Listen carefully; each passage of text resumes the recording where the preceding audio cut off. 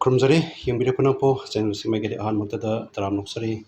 ꯉꯁꯤ ꯑꯁꯤ ꯑꯩꯈꯣꯏꯅ ꯂꯩꯖꯔꯤꯕꯁꯤ ꯇꯥꯔꯤꯛ 12 ꯑꯩꯈꯣꯏ ꯑꯁꯤ ꯂꯩꯖꯔꯤꯕꯁꯤ ꯇꯥꯔꯤꯛ 12 ꯖꯨꯂꯥꯏꯒꯤ ꯑꯩꯈꯣꯏꯒꯤ ꯁꯨꯄ꯭ꯔꯤꯝ ꯀꯣꯔꯠ ꯆꯦꯝꯕꯔꯗꯅꯤ ꯑꯩꯈꯣꯏ ꯁꯔ ꯑꯅꯤꯁꯤꯒꯤ ꯆꯦꯝꯕꯔꯗꯅꯤ ꯂꯩꯖꯩꯁꯤ ꯑꯗꯣ ꯉꯁꯤ ꯑꯩꯈꯣꯏꯅ ꯈꯪꯖꯅꯤꯡꯕꯁꯤ ꯉꯁꯤ ꯇꯥꯔꯤꯛ 12ꯗ ꯇꯥꯔꯤꯕ ꯀꯦꯁꯁꯤ ꯀꯔꯤꯅꯣ ꯍꯥꯏꯕꯗꯨꯒꯤ ꯃꯇꯥꯡꯗ ꯑꯩꯈꯣꯏ ꯑꯀꯨꯞꯄ ꯃꯔꯣꯜ ꯑꯩꯈꯣꯏ sir ꯍꯦꯅꯔꯤꯗꯒꯤ ꯇꯥꯃꯤꯟꯅꯁꯤ Ngashigi kesi anobudi kesni anoba case habide akoige high court na taakriba ST gi order du gi against the neba kesi yamna strategically muna pending ona thamamba mamangda supreme court na order taakre high court chalo noi high court appeal ma pending lei ana order taakraba adugi matamda file tawga pending leiraba case neba ngasi gi file torisina jomi students federation na file tawuni aduga high court ki ST की judgment दो challenge तौलेबा pending लैरगदी मसी high court ता supreme court की order की मतुंग इन सफम थोपनेबा बट मोइसे स्ट्रेटेजिकली मसी पेंडिंग थमगा लोसला थमे दुगा हौजिक पोचे खरा इंटरक मतमदा मोइगी स्ट्रेटेजी की मतुंग इना अकोइगी केसी अकोइगी मीडिया दा अदगी अकोइ कहतरे यौजी इंथदनबा मणिपुर की क्राइसिस से एनी मीन्स द इंथदनबा हाइबगी स्ट्रेटेजी की पार्ट अमो ओइना मोइसी पेंडिंग थमगा मतम दुगी मतुंग इना मोइसी लौखलकपगी मोंग दा दाइन तरगा थम्बा माले पगी ओपिनियन दा हाई सुप्रीम कोर्ट की ऑर्डर की मतुंग इना all cases before supreme court should have gone before the high court as per the supreme court order adu masi akoina pending thamjallaga thadra ngasi moina register tawraga nahongna ngasi list tawsale ado list tawsala ku je akoisu akoigi side ki changa thengnai haibadi already high court pending lereba appeal ni maduda all tribals union manipur na tawda jomi student federation jo moi chodum adu chingabni as a party adu ching na moi adu lei lena ngasi je keno taraga akoi misleading gi type ni moi thangalai se thangala ko je koina chapcha na ngasi high court ta sisi lai adu matakta already high court na tara part hard on lai rabani adu na misi sidai entertain to hum thokte na koina high rabani na supreme court na dum makoi gi makada chalo noi su makada high court lai ba pending de chalaga lai ro yauro na high kheba adu moina effort amdi tawi haibadi court ta mislead tawbagi wasi dum attempt se dum every time they try to make this effort how to place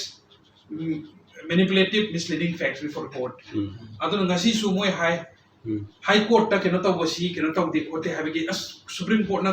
high court lai du monitor tawga tawiyo haidra moi request mdi tawe akoin object tawi adu supreme court na ta ki de adu supreme court na go before the high court na haraga case question kare moi high court case dum pending thamu stage da court monitor tawna bana the court na di go before the high court haigi sini sabab pangasi keno si strategy ni mo ki issue se jik manipur irang se tang nemthar pada nemthadana ba irang se nemthadana ba haitare natraga hoigi manipur ki crisis si social media national media any form of media da limelight ta la aga dum laina ba ingthadana ba mong da dain targa thambagi strategy ni koina adu admaina loje okay do sir kano ki makhata ba case tarik kya da leiri adu kan ba case pending da leiri adu nang thambi bi ya case hauji ban choina akoigi PIL myamam leibido madu 28th fix orgalai 28th sigi mamang sidani state government amsong central government da supreme court na status report no mama thau madu ko khala odo action law ko ko ma clear cut pio na lai 28 ta plo ko ka doni ado mar thatna ano work case khara su file tawre na khona ta do khoi confirm di laitri ado go makoi ge effort swam the court with numerous litigations issues se dum burning da laina ba hek haibadi for example ngasi bokta manipur de iran thokpada peace hanjan biro na lauri si akoi manipur shanti hanjan biro manipur peace lehen biro na lauri si Meitei community lawi naga community lawi adagi akoi gi atoba community su lawi atoba community amadi su law deba peace will come later on we want separation we want separate state we want separate administration lawe peace su law de sina clear kana dum tak ba they don't want Manipur to return to normalcy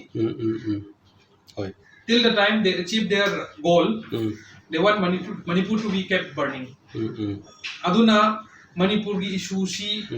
social media, national media da kamai torga burning tor legeni habadi toina KC adum yahonba hot news hoina dum nehenba news hoina akoi breaking news ki type ta hoi masama ta case ama mu file tau application ama mu file affidavit ama mu file tau adugi incident court ta jik yamna unfortunate over incident kya kena torga leire aina hiding badi incident si ano boy defy han dagi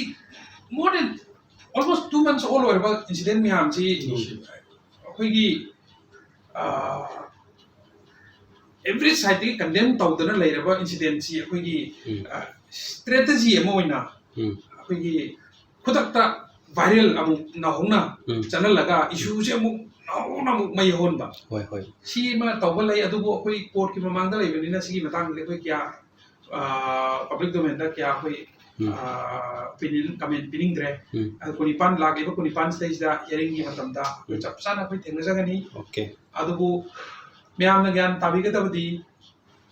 any incident irrespective of community irrespective of whatever condemnation se koi maitei sai tagi han han adum tholakani okay this only shows who wants peace in Manipur. Si hai bana tana koi makhatana hojikidi comment opinion se bijaning de adugo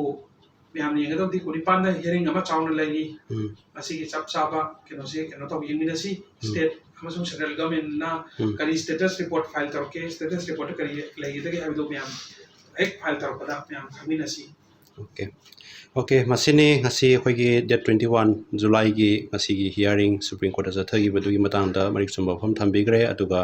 lakadoriba khoigi hearings na date 28 haina adum fix toroga leiri maduda leiriba khoi pending case myam du khanagi habaduni aduga amana marakta anoba case file torpa lei haina phongdok pigre madusu lakpa leiragadi marakta koina adum update tawna bo hona jarake aduga matangsta